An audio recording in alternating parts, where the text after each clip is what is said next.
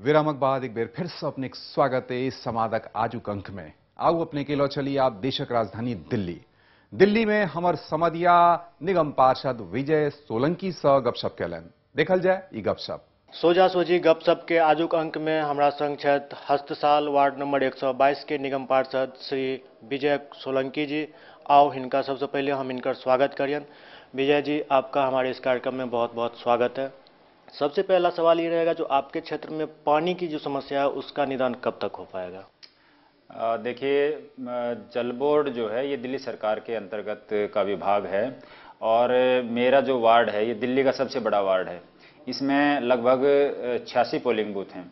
तो इस 86 polling booth में हमारा जो मोहन गार्डन के साथ लगती हुई अनाधिकृत कॉलोनियाँ हैं उनमें अभी जल बोर्ड की पाइपलाइन बिछनी शुरू हो चुकी हैं और लेकिन अभी भी बहुत सारा एरिया ऐसा रहता है जिसमें अभी पाइपलाइन बिछनी बाकी हैं और उनमें प्रॉपर पानी का जो वो फ्लो है वो उतना नहीं है, प्रेशर पूरा नहीं है। अभी भी काफ़ी पब्लिक इस चीज़ से परेशान है और पर्याप्त मात्रा में हमारी जितनी भी बापड़ोला नंगली विहार एक्सटेंशन और प्रधान एनक्लेव प्रशांत एनक्लेव बहुत सारा इतना जो अनाधिकृत कॉलोनियाँ मेरे इस वार्ड में लगभग 50 अनऑथराइज कॉलोनीज हैं, जिसमें 2 गांव बापड़ोला और बक्करवाला, इनमें जल बोर्ड का पानी आता है लेकिन इसमें भी प्रॉपर नहीं है। बक्करवाला गांव में यूजीआर बना हुआ है, उसमें टैंकर से पानी डालते हैं और तब वो फिर बाद में उसको यूजीआर से पानी सप्लाई किया जाता है। तो अभी बहुत कुछ इसमें करने का है और मैं समझता हूँ दिल्ली सरकार इसमें पूर्णतया फेल है। पेयजल की कोई भी समुचित व्यवस्था नहीं है। टैंकर आते हैं, टैंकरों से पानी भेजा जाता है और टैंकरों की भी उस पर भी राजनीति होती है। जो कांग्रेस के कार्यकर्ता हैं उनको एक कार्यकर्ता के यहाँ 2-2 टैंकर खड़े होते हैं और वैसे आम जन जो है, आम आदमी इस चीज़ से बहुत परेशान है। तो ये एक तरह से सरकार, दिल्ली सरकार इस मुद्दे पर पूरी तरह से फेल है। आपके बापड़ोला में एक राजीव रत्न आवास योजना बन रही है, उसमें बहुत सारे घटिया मटेरियल यूज़ किए जा रहे हैं और अभी लक्ष्मीनगर में जो बिल्डिंग गिरी है वो हादसा पूरे मतलब दिल्ली ही नहीं देश को हिलाकर उसने रख दिया है। तो क्या आपको लगता है जो ये समस्या आगे जाके फिर एक बड़ी समस्या बनने वाली है? राजीव रतन की योजना को मैं एक बहुत बड़ा घोटाला मानता हूँ। राजीव रतन की योजना, जहाँ पर हमारे जब स्वर्गीय साहिब सिंह जी वर्मा थे, उन्होंने 500 बीघा ज़मीन एक्वायर की थी गाँव के विकास केंद्र के लिए, गांव के ग्रोथ सेंटर बनाने के लिए। तो उस विकास केंद्र की योजना को निरस्त करते हुए इन्होंने उस स्कीम को चेंज किया और उसके बाद इसमें ये राजीव रतन के फ्लैट लेकर आए और जिस स्थान पर राजीव रतन के फ्लैट बनाए गए हैं वहाँ जब गांव की जो लास्ट पंचायत थी उसके मेरे पिताजी उसके नॉमिनेटेड प्रधान थे, उन्होंने वहाँ पर 32-35 एकड़ में एक हॉर्टिकल्चर पार्क बनाया था, औषधीय वृक्ष। जो दिल्ली सरकार के उस समय के जो मंत्री थे हारून यूसुफ जी, उन्होंने यहाँ पर विधिवत रूप से उद्घाटन किया था और रेवेन्यू रिकॉर्ड में हर जगह उसका वो हॉर्टिकल्चर पार्क लिखा हुआ है, दर्ज है और पंचायत का जो रेजोल्यूशन है उसमें भी वो चीज़ दर्ज है। हमारे पास उस सब चीज़ के सबूत हैं और यहाँ पर हज़ारों नहीं लाखों पेड़ थे और लाखों पेड़ वो सारे औषधीय वृक्ष थे, जिसमें आंवला का और ये नीम का, अर्जुन का, इस प्रकार के ऐसे औषधीय वृक्ष यहाँ पर थे। और इन्होंने रातों रात, क्योंकि एक प्राइवेट कंपनी को इन्होंने ठेका दे रखा है जो आंध्रा की कंपनी है, और रातों रात इस सारी ज़मीन पर पीछे से दीवार तोड़कर ये घुसे हैं और कोई भी ना गांव को कंपनसेट किया गया, ना उस ज़मीन का कोई मुआवजा, ना उसका कोई हिसाब किताब, ना इस तरीके से। और जो काम, जैसे आपने मटेरियल की बात की है, एक 4 सूत का सरिया है, ना कोई कॉलम है, ना कोई बीम है और जो ये राखी की बनी हुई ईंटें वो इसमें इस्तेमाल होती हैं, खाली स्लेब डाल करके। स्ट्रक्चर जो है वो स्ट्रक्चर इसका बहुत ही कमज़ोर है, बुनियाद भी मैं नहीं समझता कि इसका जो ढांचा है। तो जब मैंने 1-2 बार वहाँ इनके अधिकारियों से बात की तो पता चलता है कि ना तो मीडिया के लोगों को, ना किसी जनप्रतिनिधि को, ना आम जनता को वहाँ कोई घुसने नहीं देता। क्या चोर बाजारी वहाँ पर हो रही है वो किसी को कुछ नहीं पता। आपके क्षेत्र के मतलब जो स्टेडियम सब बने वो पूर्वी दिल्ली और सेंट्रल दिल्ली में बने, कोई भी विकास मतलब स्टेडियम, एक भी स्टेडियम कॉमनवेल्थ के लिए इधर नहीं बना। लेकिन जितने भी मेडल्स आए हैं वो इस बाहरी दिल्ली से आप लोगों के क्षेत्र से आए हैं।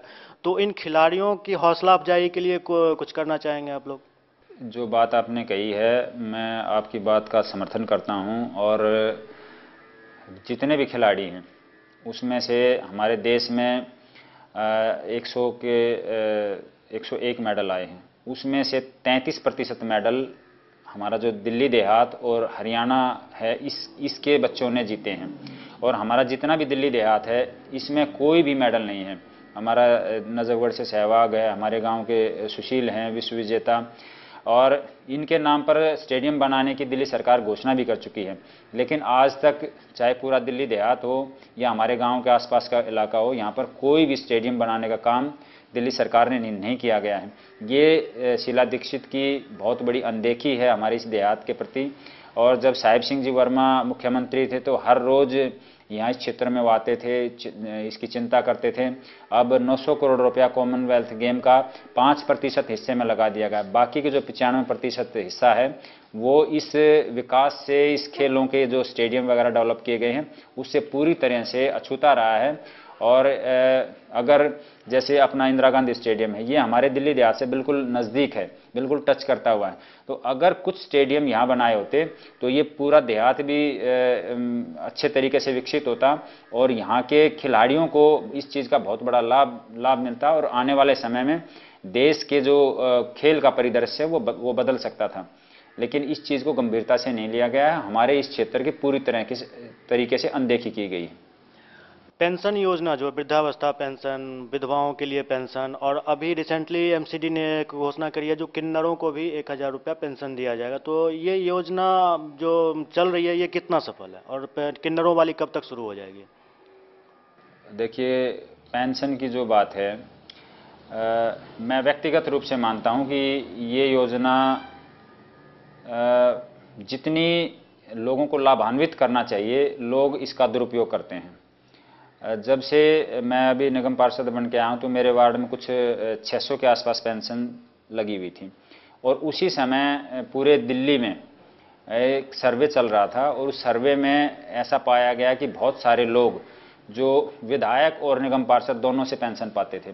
तो ये वास्तव में गंभीर विषय है कि एक आदमी है, वो उसकी आर्थिक स्थिति भी अच्छी है और अगर वो नहीं भी पेंशन ले तब भी वो पेंशन बनवाता है। तो इसमें जो है ना, बहुत ही एक तरह से लोग इस पैसे को अगर हम विकास में कहीं लगाएं तो बेहतर है। मैं व्यक्तिगत रूप से इसको मानता हूं कि बहुत जो ज़रूरतमंद है, विधवा है, विकलांग है, जो बुजुर्ग हैं, उनको दी जानी चाहिए।